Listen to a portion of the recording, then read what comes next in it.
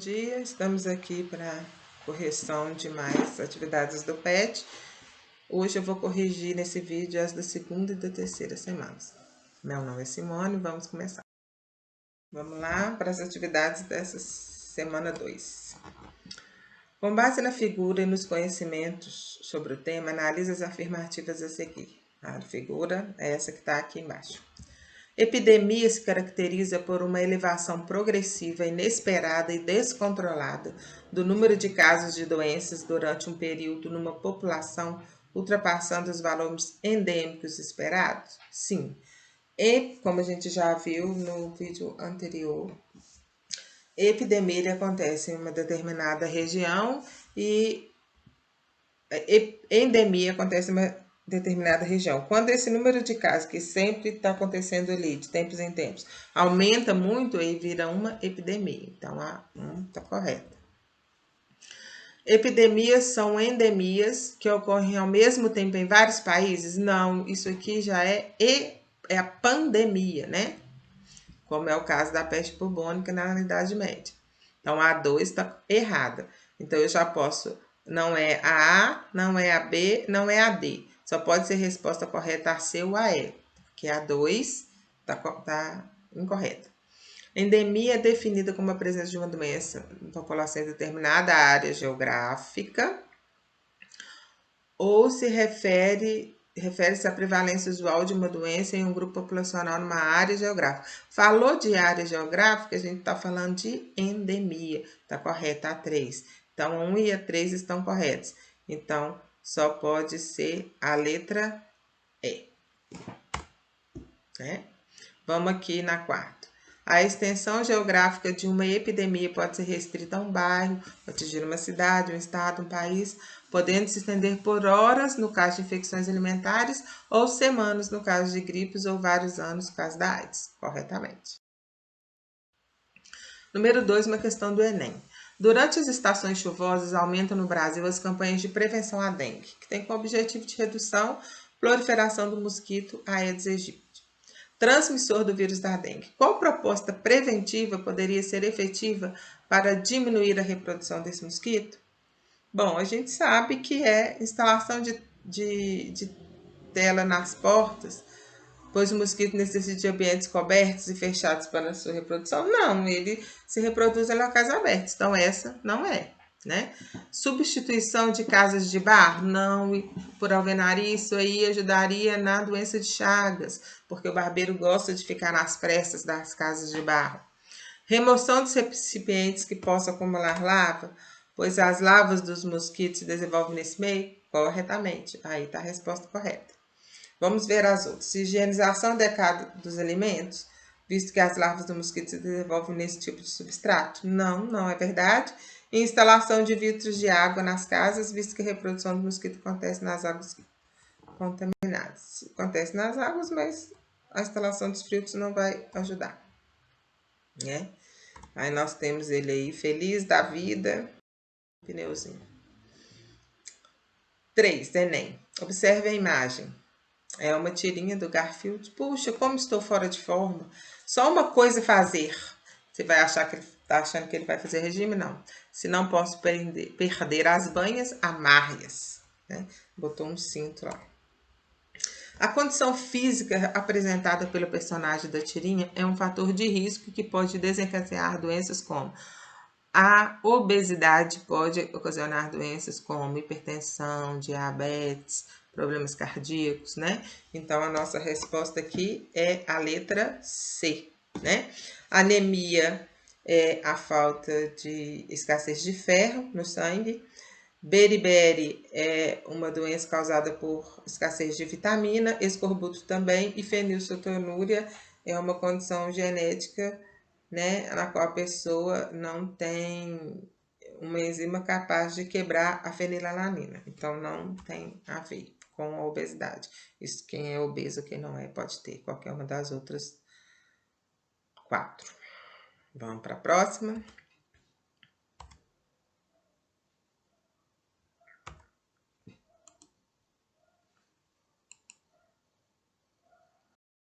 Número 4, uma questão do Enem. A contaminação pelo vírus da rubéola é especialmente preocupante em grávidas devido à síndrome da rubéola congênita, que pode, porque o vírus da rubéola ele tem a capacidade de atravessar barreira placentária, né? Então pode ocorrer risco de aborto ou malformação congênita no feto, né? Várias campanhas de vacinação específicas das últimas décadas, né, fizeram com que houvesse uma redução, uma diminuição dos casos de rubéola entre as mulheres, a partir de 2008. As campanhas se intensificam e têm dado maior enfoque à vacinação de homens jovens, né? Porque isso, se você consegue barrar essa infecção nesses homens jovens, né, eles não vão passar a infectar, né, as mulheres, né? Então, aqui, ó, considerando a preocupação da ocorrência dessas campanhas, né, e dar enfoque à vacinação de homens, por quê? Porque eles ficam mais expostos ao vírus? Não, né? Os dois, a exposição é igual. Transmitem os vírus às mulheres gestantes? Sim, eles transmitem os vírus a todas as mulheres, né? Eles passam a infecção diretamente para o feto? Não. Transferem imunidade às parceiras grávidas? Também não, porque a imunidade só serve para eles mesmos, só que eles não vão ter o vírus para transmitir, né? E são mais suscetíveis ao vírus que as mulheres? Não. Então, nossa resposta aqui é a resposta B, porque eles transmitem os vírus às mulheres gestantes e às outras mulheres. Então, se eles estiverem imunizados, melhor. Número 5. As doenças virais geralmente não possuem um tratamento específico, sendo ideal, portanto, prevenção. Uma das principais formas de se prevenir contra doenças como a febre amarela e gripe o exemplo é de... Bom, vamos falar aqui. Nós temos medicamentos específicos para doenças infecciosas bacterianas, que são os antibióticos. Eles afetam diretamente naquele micro-organismo que está causando a doença. Nas viroses, é o nosso corpo, é o nosso sistema imunológico que tem que atacar esse vírus e destruir. Então, todas as vezes que você vai ao médico com alguma virose, ele te dá medicamentos paliativos, que são os medicamentos para tratar os sintomas, que é a febre, a dor no corpo. Então, nós temos que fortalecer o nosso sistema imunológico para melhorar isso. Então, o melhor jeito é a vacinação. Próximo. 6. Outra questão do Enem. A utilização de extratos de origem natural tem recebido atenção de pesquisadores em todo o mundo, principalmente nos países em desenvolvimento, que são altamente acometidos por doenças infecciosas parasitárias. Um bom exemplo dessa utilização são os produtos de origem botânica que combatem insetos. O uso desses produtos pode auxiliar no controle da... Se eu vou combater inseto, esquistossomose. Não, esquistossomose é causado pelo caramujo lá na água parada. Então, não é. A leptospirose é causada pelo rato, né? Eu até mandei para vocês na atividade dessa semana uma cartilha que foi feita pelos alunos da própria escola do terceiro ano sobre leptospirose. Então, lá tem várias informações sobre a leptospirose. Leishmaniose, sim, a leishmaniose é transmitida ao ser humano através do mosquito palha, aonde ele pica o animal infectado, normalmente cachorro doméstico, cão doméstico, e adquire esse protozoário. E quando ele pica o homem, ele transmite para o homem essa doença, né?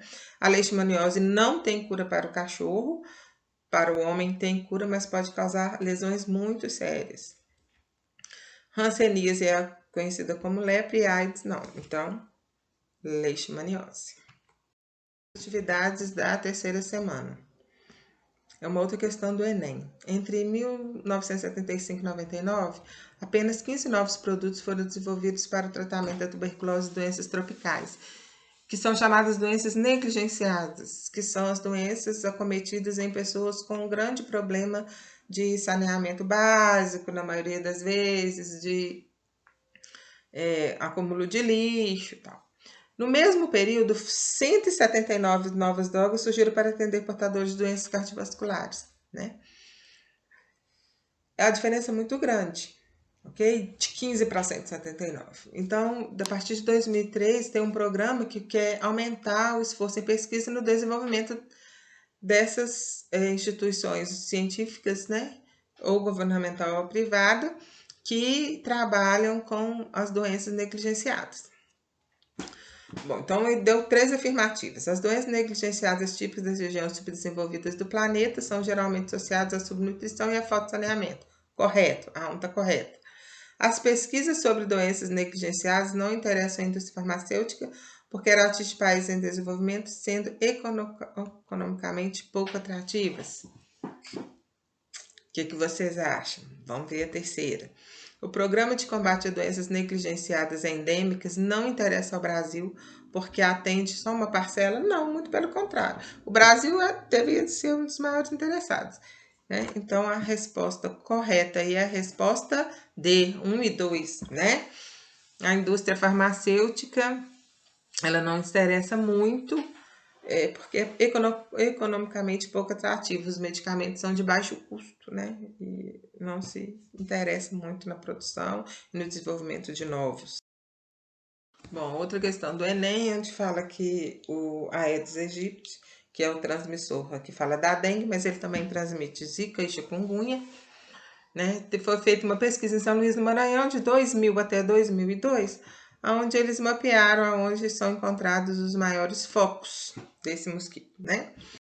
Então, de acordo com... Então, aqui eles colocaram pneu, vaso de planta, tambor, tanque, depósito de barro, material de construção. E de 2000 a 2002, os focos encontrados nesses locais. E aqui a pergunta é, de acordo com esse resultado dessa pesquisa, qual que é o alvo? Qual que deve ser o alvo de ataque para acabar com o vetor, né? Desse mosquito, né? Então, se você olhar aqui, você vai ter um aumento maior aqui no tambor, tanque, depósito de barro, né? Muito maior. Então, essa é a nossa resposta correta. Tambores, tanques e depósitos de barro. Questão número 4. Outra questão do Enem. Durante as estações chuvosas, aumenta no Brasil as campanhas de prevenção à dengue, né, que tem como objetivo redução da proliferação do mosquito. Que proposta preventiva pode ser efetiva para diminuir a reprodução desse mosquito? Se ele se reproduz em água parada, o que a gente tem que fazer? Remover os recipientes que possam acumular a água, né, para não auxiliar na reprodução do mosquito. Então, isso acontece com as chuvas, isso vai aumentar, então a remoção desses recipientes é o que vai ser mais efetivo. 5 é uma questão de vestibular da Unicesumar. O gráfico a seguir permite comparar os valores médios e mensais de precipitação, né, de chuva, e do número de casos de acidentes registrados entre o período 2007 e 2011 na cidade de João Pessoa, na Paraíba. Então, aqui, ó, você tem os meses de janeiro a dezembro e os casos de dengue estão aqui, e aqui desse lado você tem a chuva, né? Como que a chuva maior ou menor. Então, você pode observar aqui, ó, casos de dengue são esses pontinhos azuis, que quanto mais chuva, mais casos de dengue a gente tem, né? Porque vai ter mais acúmulo de água parada, mais proliferação do mosquito, né? Então, vamos analisar as informações.